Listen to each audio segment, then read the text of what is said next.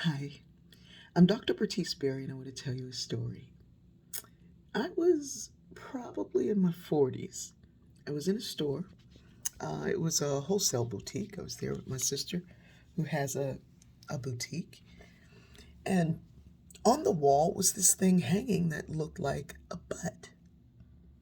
It looked like a butt. It was a butt. And I said to my sister, "What is that?" And she said, "What?" I was like, "That right there." She said, "What are you talking about?" I said, "That thing on the wall that looks like a butt." She said, "It's a butt." I was like, "But whose butt is on the wall?" And she said, "That's butt padding." And I was like, "What? Wait a minute. Wait a minute. What?" She said, "That is butt padding. Not everybody is blessed like you." And I was like, "Wait a minute. Wait a minute. Wait a minute. Wait a minute. When did they start calling my big butt a blessing?" She's like, "They've been calling it a blessing. You're the only one walking around here feeling like you're inferior." And I was like, "What? Wait a minute. What?" And I said, "Well, I know it's fashionable now. Like all the singers, a lot of them have bigger butts. They're picking people with bigger butts." She's like, "They're not picking people with bigger butts. They're going and getting a bigger butt." And I was like, "What?" Y'all know I don't have television, so I really didn't know. And I wasn't on social media at the time. So I didn't know that there was this trend towards a bigger butt being more fashionable, more beautiful, deemed as amazing. Because prior to that, only Southern men and men in the islands and Africa, okay, in Greece and Italy. I don't know, think about it. What was I thinking? Anyway, so it had become a trend in the United States.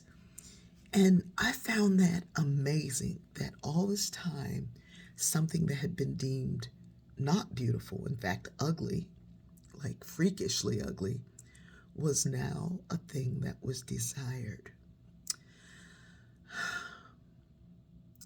I had a chance to talk to someone recently who was, by all standards of American beauty, beautiful. But she revealed a secret that she'd had an eating disorder and that she would compare herself to others. And so she would do whatever was necessary to be that size. In our culture, we look at a bigger person, a curvier person, a rounder person, and we say that person is unhealthy. We look at a thin person and say, "Oh, look, they're doing well."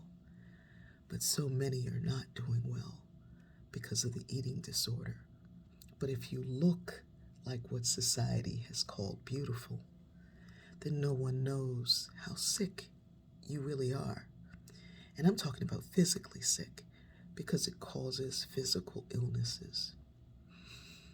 Um, the hidden disease that really has plagued our nation and some parts of the world, wherever Western culture picks up, the hidden disease is that we're taught to not like ourselves, to not find ourselves as beautiful, to not look in the mirror and say, "I am amazing. I'm beautifully made."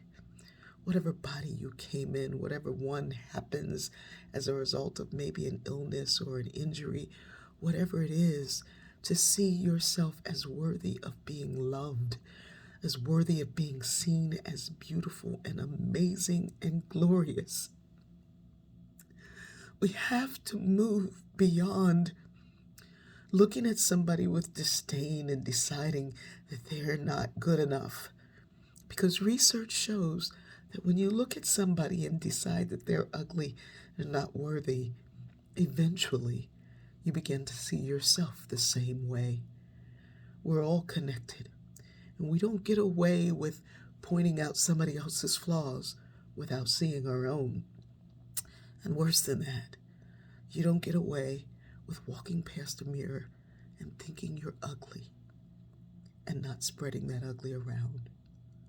I love you. You are beautiful. You are amazing. And my prayer for this day is that you see it. I love you.